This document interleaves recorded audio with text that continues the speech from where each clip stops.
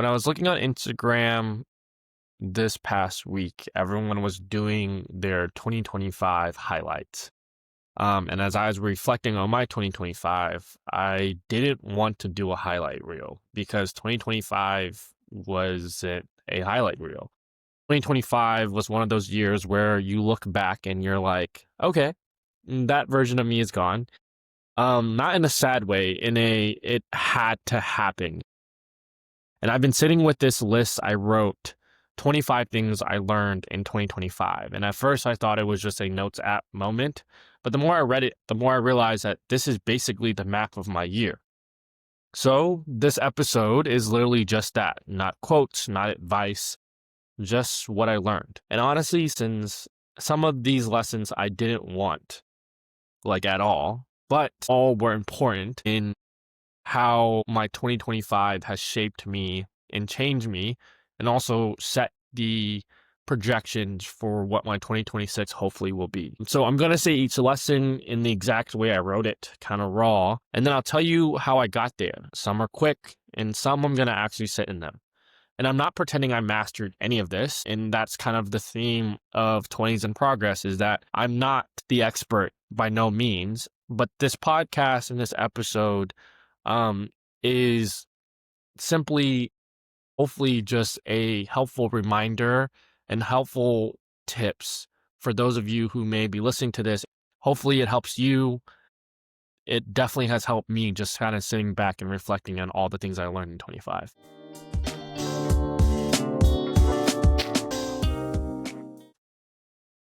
Lesson number 1, trust God. This year taught me that I can't outthink life. And I learned trusting God isn't a vibe, it's a decision. It's choosing faith while your emotions are doing the opposite. The hardest part for me was realizing that sometimes God doesn't remove the situation. Sometimes he changes you inside of the situation. Because there were moments this year where I was like, all right, God, I'm starting to do this the right way. And so where's the clarity? And it felt like the only answer I got was keep going. And I used to think that trust meant being calm. And like if I fully trusted God, I'd have peace 24/7. But sometimes trust looks like, you're still anxious, but you're still obedient. You're still moving and you're still choosing him. And so that one particularly changed me as I went on my faith journey, because it gave me something to ground myself in as the world around me was constantly shifting and changing. I had something that was constant, and that was God. Even though there are moments where he was silent, I had to trust the silence, and trust that he was still moving in my life. And I think that was really pivotal for me as I went through the things that I went through in 2025, was just learning to trust God. Lesson number 2 was the importance of learning how to be intentionally alone. This year, or last year, actually, I learned that there's a difference between being alone and being lonely. Lonely feels like abandonment. Intentionally alone feels like clarity. I think my entire life growing up, I called myself a people person. I loved being around people. But I think as I got older, that kind of became a detriment because I didn't know how to be alone. I didn't know how to take walks by myself. I didn't know how to go to the store without being on the phone with somebody or going with somebody. I just really always needed to be around someone. And yeah, if I'm being honest, I learned how often I used people as a buffer from the silence, a buffer from my emotions, and quite frankly, a buffer from my own thoughts. Because I think the thought process was, if I was always around somebody, I didn't have to sit with what was actually going on in my head. So 2025 forced me to just sit in it and not scroll it away, not replace it, not run from it, and just sit. And it was uncomfortable at first, but it started feeling like a strength because I started really being in tune with my thoughts in the moment of how do I feel, what do I want, what do I like, and how I could move forward from this situation. And so learning how to be intentionally alone became a superpower, even though it was scary at first, but it was definitely needed as a self-proclaimed people person, and just trying to find balance between that. The third thing, as you can probably hear even in some of these lessons, is the importance to self-reflect. I learned if you don't reflect, you repeat. And for me, that looked like asking questions I avoid for years, like, why am I reacting like this? Why is this triggering me? Why do I want validation right now? What am I actually afraid of? What do I actually want? Do I actually like this particular situation? And sometimes self reflection doesn't always feel like growth. Sometimes it feels like grief because you don't realize you've been living in patterns that don't love you back. And what that looked like for me was grieving past versions of myself. But in order for me to be able to fully grieve those past versions of myself and really fully move forward as a better human being and a better person, I had to really understand those triggers and understand and ask myself those hard questions of why do I do the things that I do? And at first it felt like an interrogation of myself, but I've learned to find joy in that growth and that self-reflection because that is extremely important, which actually leads me to the fourth lesson is having grace with yourself. This year I learned that shame doesn't build you, it just keeps you stuck. And grace isn't letting yourself off the hook necessarily. It means that, even though growth is sometimes messy, you still have to choose to keep going. And I had to learn how to be positive with myself as I failed or as I made mistakes. And I had to learn how to talk to myself like, I actually loved myself. And that's what grace meant for me was not being super hard on myself for the low moments and understand that like I'm a human being and I could feel burnt out. I can be burnt out and that be fine. But it's how I spoke to myself about those moments and in those situations that was particularly important because if you're not nice to yourself, who is going to be nice to yourself? And you don't realize that those negative self-talk and that negative speak becomes a cycle and a cyclical kind of mindset where now, even when you're not speaking, you are internalizing these negative thought patterns.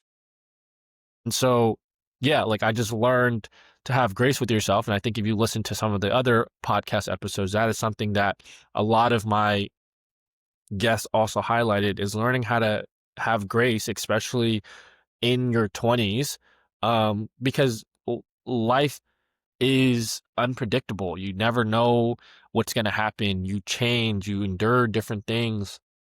And so, yeah, learn to have grace with yourself. Fifth lesson is routines, routines, routines. As a procrastinator, as a person who uh, tries to finesse their ways out of things.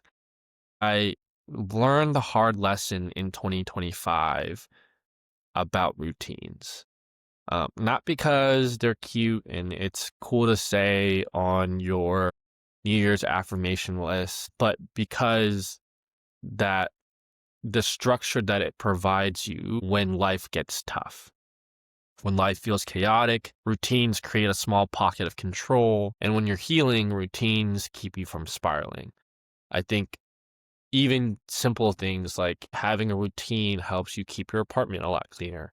Having routines builds strong habits that allow for moments of relapse to become just a little bit easier. And what I learned about the routines, though, is that it doesn't have to be super complex. Sometimes the routine is as simple as waking up, praying, drinking water, moving your body, eating something decent, and going outside. For me, at the beginning of the year, when I was going through a really depressive state, at the beginning of the year, the routine for me on every Sunday was just getting out of bed and putting on something nice and being around happy and positive people for an hour. And that routine led me to go on a spiritual journey with God. I was able to get closer with God and also just in turn be closer with myself. And so routines are particularly important in all aspects of your life. I think for those of you who are about to start your affirmations, your New Year's resolutions rather, think about which routines do you want to set up. Think about the simple ones, the ones that people go unnoticed of, hey, when I go home,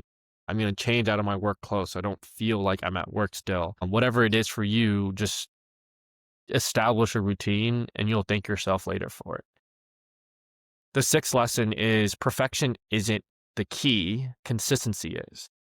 This one in particular humbled me because perfection is my comfort zone. Perfection is how I avoid judgment. It's how I feel in control. But perfection is also how you procrastinate, how you hide, how you don't ship the thing, how you don't start. Consistency is what builds confidence, not the perfect moment, not the perfect plan, but just the will to keep going every single day. This podcast was a lesson for me in consistency. These episodes weren't perfect. This season wasn't perfect, but I was proud of myself for being consistent with as best as I can with the number of episodes and releasing an episode and being able to maneuver whenever things got a little bit tough and still being able to be consistent because it just kind of gave me motivation to keep going because I set a goal for myself. And once you get to like the week 4, you're like, hey, now you've got into a pattern and you just need to figure out how to make it work. And so I think oftentimes when you strive for perfection, you kind of lose sight of the actual goal, and that's to move forward. And so the key kind of lesson here is that it's not about what you do, it's about how consistently can you do it. So yeah, lesson number 7 is forgiveness. This one is particularly heavy for me because I had to learn how to forgive a lot of different areas of my life. I had to learn how to forgive myself. I had to learn how to forgive my parents. I had to learn how to forgive certain people in my life. And I think what I learned was in order for me to move forward, and I think the lesson that I learned was actually from a sermon, was just learning that in order for you to move forward and fully move forward and fully kind of close the door behind you, you have to learn how to forgive. Forgiveness doesn't mean that you forget. Forgiveness means that you no longer let it control you. I think in the specific example that I was referring to, I have let my dad control me for my entire life. For those of you who don't know, I grew up without my dad for most of my life, and I kind of hated him for it. And I wanted to do everything in my power to be everything that he was not. And without realizing it, I reached a point where I was letting that fear of becoming him drive my life. I was allowing it to be what motivated me to keep going. And then I just hit a wall one day and I was like, I'm no longer happy. And I realized the reason why I wasn't happy was because I was living a dream that wasn't mine, or I was living a life that wasn't mine, but more so a life that was dictated by trying to be something that I was afraid of becoming. And so learning to forgive my dad meant also being allowed to finally live the life that I want to live for myself, which catapulted me being able to feel comfortable and confident in taking a secondment to the NFL because it allowed me to live and ask myself what actually makes Steven happy versus what goals I was achieving by trying to be something that I was trying to run away from. And so, yeah, I really kind of just realized that, being unforgiving doesn't actually punish the people that I'm holding things against, but it actually punishes me. And so I just made a decision that I wanted peace more than I wanted to be right. And so in order to achieve that peace, I had to let go and forgive. And so the 8th lesson is that I learned how to mourn someone while they're alive. This one was also really hard. It's a different kind of pain because nobody teaches you how to grieve a person who still exists. You find yourself mourning what they were or what you hoped they'd become or the future that had already started living in your head. And it's confusing because they're not gone. So you feel like you're overthinking, you feel like you're dramatic, you feel crazy, but it's real. And it's important to be able to grieve them with no funeral and have closure and acceptance that that version of them, that version of you guys together is no more. And while that is sad and that is easier said than done, sometimes you have to mourn that version of them to open the door and create room to potentially learn a different version of them or just learn a different version of yourself. Because when don't mourn or you don't grieve, you end up being stuck in that past version of that like past part of your life. You end up holding on to things longer than you should. And so that was a really hard lesson that I had to learn in 2025, but it was also pivotal because as you go through life, especially in your 20s, you're going to you're going to encounter different people at different times, and some people are meant to be in your life for different just for seasons, and you're going to have to learn how to mourn that relationship and that person, um and move past it. It's easier said than done, but I will say from experience, the first time doing it is the hardest and it gets easier. But it is definitely an important skill to learn, and I had to learn it the hard way. Which leads me to lesson number 9 is learning how to rebuild yourself. Rebuilding is not aesthetic. It's not new year, new me. Rebuilding is waking up and choosing yourself when it would be easier to disappear. It's learning to be a beginner again. It's accepting that you might not recognize yourself for a while. And I learned you don't rebuild by thinking, you rebuild by doing, changing your habits, changing your standards, changing what you tolerate, changing what you run back to. And that comes from the other lesson of reflecting and understanding yourself, but also just having fun with the process of rebuilding. Because what everyone will tell you is that life goes on. And so what that also means that life continues to continuously evolve. And if you don't continuously evolve with it, you can get left behind. And so learning how to rebuild yourself and how to rebuild yourself, and specifically, more importantly, the specific how is pivotal for your life, and especially in your 20s, to be able to adapt to the never ending change that happens, especially in your early 20s. So, yeah, lesson number 10, take care of yourself.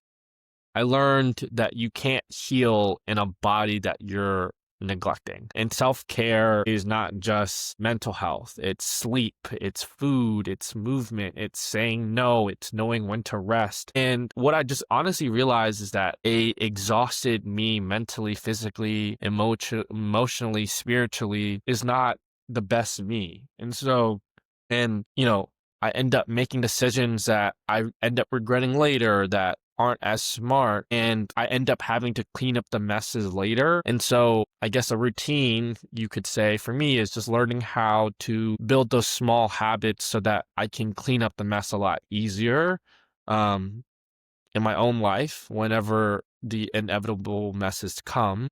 I'm better equipped to be able to handle that, whether that's from a sleep perspective or nutrition standpoint, or even just like a physical health. I went to the chiropractor for the first time in 2025, just because I really wanted to make sure that my body felt right.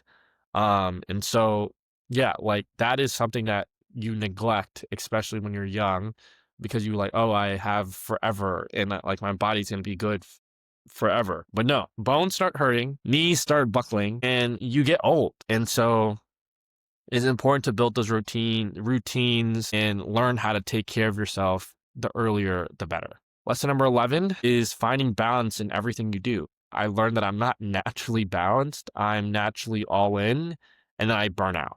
And then I'm confused on why I'm tired. And so this year or last year, I realized that balance became less of an idea, but more of a requirement for all aspects of my life. I no longer wanted to be full in, whether that means relationship, whether that means work. I wanted to find the right balance of healthy mixes of everything that gave me energy, because that is what is going to carry me through every single day, is the energy to keep moving forward. And so the only way I can find and keep and maintain that energy is to find balance in the things that I do. So number 12, I learned to get uncomfortable with being uncomfortable because that's where growth happens. I learned that discomfort isn't always danger. It sometimes is a doorway. Hard conversations, new rooms, boundaries, being seen, being rejected, trying again. But that's kind of where I grew the most. I learned to put myself out there as an example and learn that even sometimes in the face of rejection, you learn the lesson that you need to learn to be able to be better the next time. And so the quicker you embrace uncomfortability, the faster and the stronger growth occurs. Lesson number 13, don't allow old moments be what's keeping you from your future. At some point, I realized that I was replaying old moments like I could rewrite them. And you literally cannot. The future can't hold you if you're still clinging to what was. Truly learn to let go of the past in 2025 so that I can be more excited for what's to come in 2026. And that was a really hard lesson for me because as an anxious attachment style person, I reminisce a lot. I hold on to old memories. I keep photos and messages from 7, 8 years ago because that's where I run to when I want a sense of comfort, a sense of happiness. But I realized that I was preventing myself from creating new memories and new conversations and new moments of or places of comfort by continuously living in the past. And so while it's good to reflect and think about things that you want to carry forward and things that you want to recreate that was positive for you, it is also important to not allow the old moments be what's keeping you from creating the future, especially with the wisdom that you are able to acquire by moving past some of the things that you were meant to move past from. Lesson number 14, I learned that friendship is everything.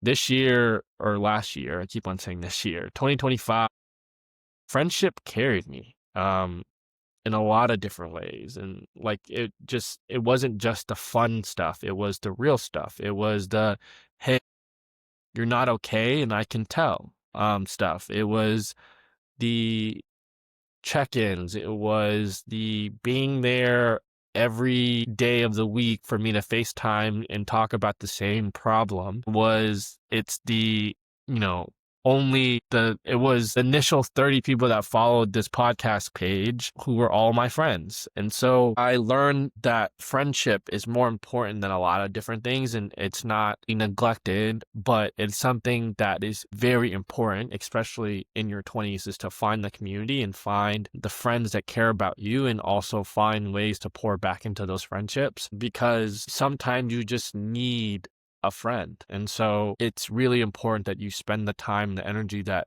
friendship requires because like I said at the top, like friendship is truly everything. I also learned that family is everything. Family is complicated, but family is extremely important. This year made me extremely grateful for the people who knew me before I became whoever I'm trying to become. My aunt, Chow, shout out Chow, sends me Instagram reels all the time, and she's now a mom. And so seeing her interact and seeing her grow, but also us talking about things that she now sees of me that was different when I was a child as she's, raising her child is really cool. And like being around my family with this new mindset actually re-energizes me. It provides me a sense of comfort. Like seeing my family smile and like hugging all my family members has done something different for me. And sometimes you just need to go home to recharge your battery because home is home. Your family is where you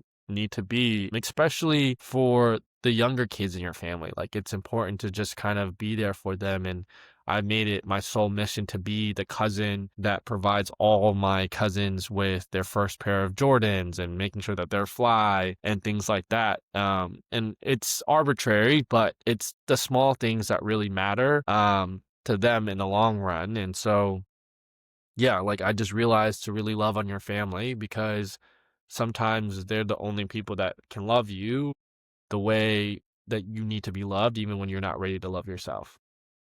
And so, yeah, even though they stress you out and even though they're a lot sometimes, and my Aura ring will tell me that my mom is the only thing that stresses me out. But at the end of the day, that's still my mom and that's still my family. And I love every single bit of them. Lesson number 16. I said this a little earlier, is that people serve seasons in your life. This one hurt because when I love hard and I hold on. But I learned that sometimes a season ending doesn't mean that it wasn't real. It just means it had a purpose and it served its purpose. And it was important for me to experience that. And there's beauty in experiencing that. But there's also beauty in letting the season pass, because sometimes a season is supposed to just be a season. In your 20s, you're going to encounter a lot of different people, and sometimes you have to let go of people to make room for new people, and it's okay. And you have to be okay with embracing that people are seasonal, or some people are meant to be seasonal, rather, and that's going to be okay. The next lesson number 17, is that you should spread love, especially to those that love you. It's crazy how easy it is to give energy to people who don't choose you and forget to pour into the ones who do. So this year in 2026, I am learning, and I'm going to intentionally love the people who love me out loud and on purpose, because you have to pour to be able to receive. And so, yeah, if you're listening to this and you resonate with that, yeah, I love you. And I'm going to make sure you know it this year. Lesson number 18, super important, to reach back as you climb. This year, or last year, I keep on saying this year, 2025, I learned that there's a lot of things for me to be grateful for and that I'm blessed to have. And whether that is the job that I have, the job experiences that I have, the lessons that I've been able to learn. But it is extremely important to also teach those lessons to those that are coming behind me, whether that's my little sister or mentees and things like that, because you're only as good as the company that you keep, and the company that you keep would benefit greatly from you being able to pull them forward as you continue to climb. And yeah, it's extremely important to just kind of really ground yourself on a greater purpose that is larger than you. And sometimes that is as simple as making sure that your purpose in everything that you do goes beyond yourself. And that sometimes means that you have to pull people up as you continue to climb. And so that was a really kind of important lesson that I learned also in 2025.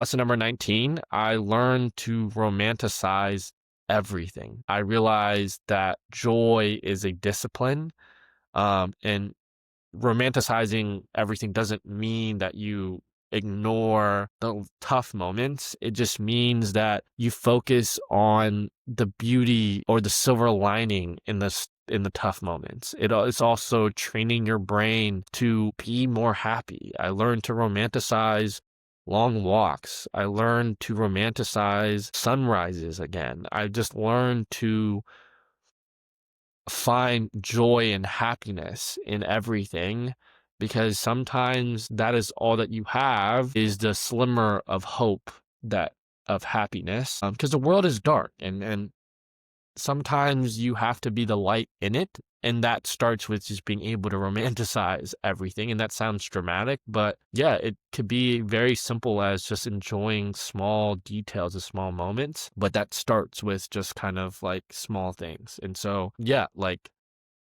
learn to romanticize every single thing, and not allow the darkness of the world of life be the only thing that you notice. Notice small things, or learn to see things in a very slightly different way, to where it looks more beautiful, it looks more happy. So yeah, lesson 20, find hobbies, especially in your 20s. I didn't realize how much I needed this until I started rebuilding, because when your life gets shaken up, you start looking around like, wait, who am I when I'm not working? Who am I when I'm not chasing something? Who am I when I'm not trying to be chosen? And hobbies sound small, but they're not. They're like proof that you still have a personality outside of these external factors. This year, 2025, I learned that if you don't have hobbies, you'll end up making one of these things your whole identity, your job, your relationship, your healing, or your pain. And that's dangerous because all of these things fluctuate. Your job can change, a person can change, a season can change. And if that's all you are, you start feeling empty every time life shifts. What I learned though is hobbies don't even have to be super impressive. That's the point. It's something that you do because it feels good to be alive. It's something that puts you in your flow state. It's something that doesn't require you to win. And honestly, being in your 20s without hobbies can sometimes feel like you're just rotating between grind and recover, but that's not life. That is survival with the calendar. And so find something that gives you joy, find something that makes you happy, not as a flex, but more so as a foundational piece. Lesson 21, be intentional without overly planning. This one, I had to admit something about myself. Planning makes me feel safe. Like if I have a plan, then I can't get hurt. If I think through every single scenario, then I won't be surprised. If I map it out, I won't fail. But 2025 showed me that there's a point where planning becomes control and control becomes fear.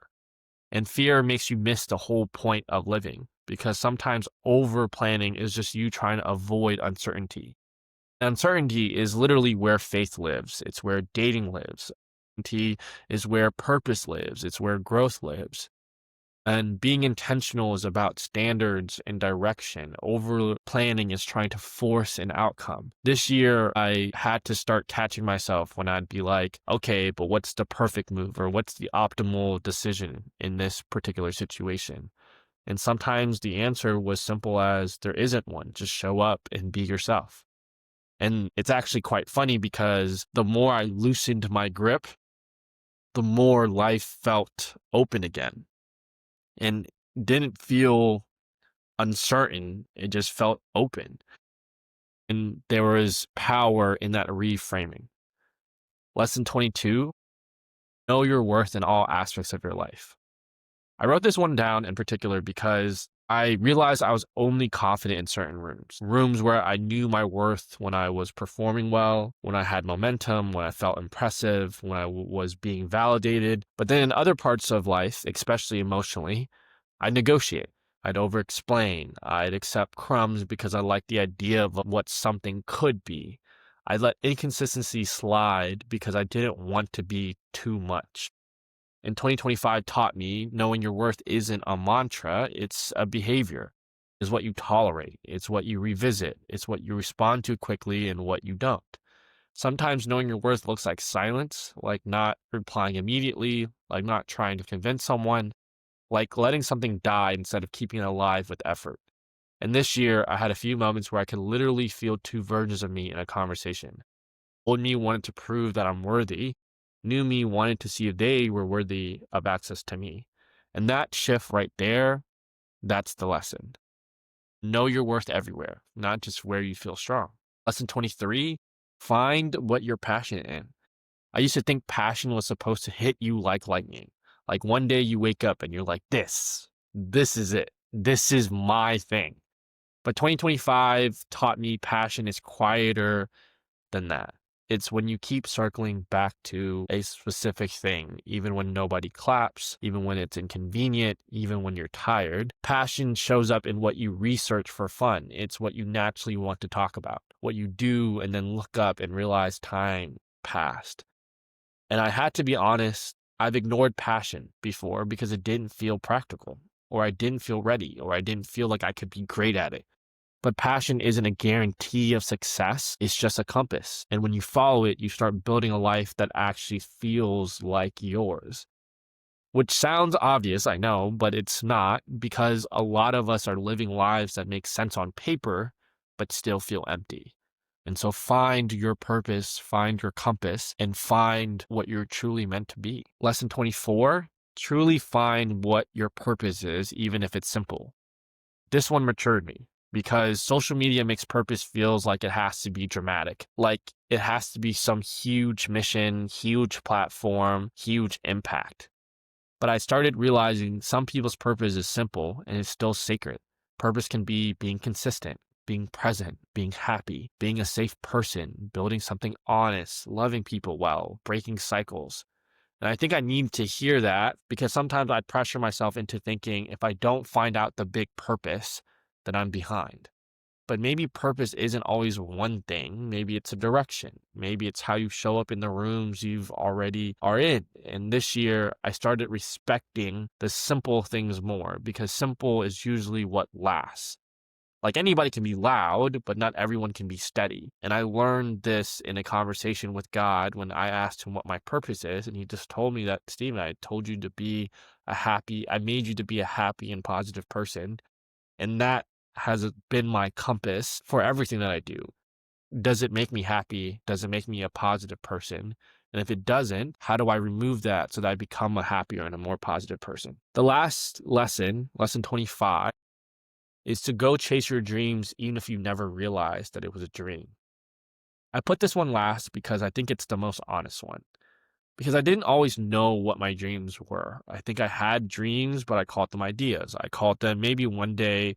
I called them maybe not right now. I called them I'm still figuring it out. And 2025 taught me that sometimes you don't realize something is a dream until life forces you to stop settling, until you hit a wall, until what used to be enough isn't enough anymore. And I know chasing dreams can be scary because it removes your excuses. You can't hide behind, I could if I wanted to. You have to actually want it and risk failing anyway. And if I'm being real, I think a lot of us stay in limbo because limbo protects our ego. If you never try, you never get rejected. If you never start, you never find out you weren't as good as you thought. And if you never commit, you can keep the fantasy perfect. But this year I started feeling this weight in my chest. Like I don't want to be someone who almost lives. I want to be a person that dreams and dreams big. And so, yeah, chase your dreams, even if you're late, even if you're scared, even if you didn't know that it was a dream until recently, because regret is heavy. Effort, at least, effort makes you proud. So that is the lessons that I learned in 2025. If you made it to the end of this, hopefully you found something that was helpful for you as well. And if not, I challenge you to think about the things that you reflected on in 2025, not the highlights, not the big, transformative things, but maybe it's the simple things. Maybe it's the lessons that you didn't want to learn, but you learned anyway. Maybe it's the things that you're still learning to unpack. Whatever it is, take the time to reflect on your 2025 so that you can build the foundational blocks for a great 2026. And I think that's probably where I want to end things is the one thing that I want to learn that I am hoping for in 2026. So 25 lessons that I learned in 25 and the one lesson that I want to learn in 2026. I want to learn how to live again. And what this means is I want to learn how to be social in person. I think as a society, we've lost our touch of learning how to be humans. And I think that is a myriad of reasons, but partially due to the fact that a lot of us aren't living. And so I want to start living so that I can learn how to be social again in person, because that is what makes us human, is these human interactions, these in-person connections, not living behind a screen. And so yeah, I appreciate the journey. Thank you all for embarking on this journey with me. Hopefully you find this episode or any of my episodes helpful. We'll be back for season 2 at some point. I want to take some time to reflect on what worked and what didn't work, and also just be more intentional with lining up the guests for next season. If you have any feedback, I'm always down for a conversation about what you felt like was helpful, what you felt like you would have changed. But yeah, I appreciate the journey. I appreciate you all. Hopefully you all have a happy new year. And yeah, hopefully 2026 is going to be a good one. Thank you all for listening. Like always, full episodes will drop on Apple Podcasts, YouTube, Spotify. Follow us on Instagram and TikTok at 20s.inprogress. And yeah, stay tuned for what's to come. Thank you all. Love you all. Peace.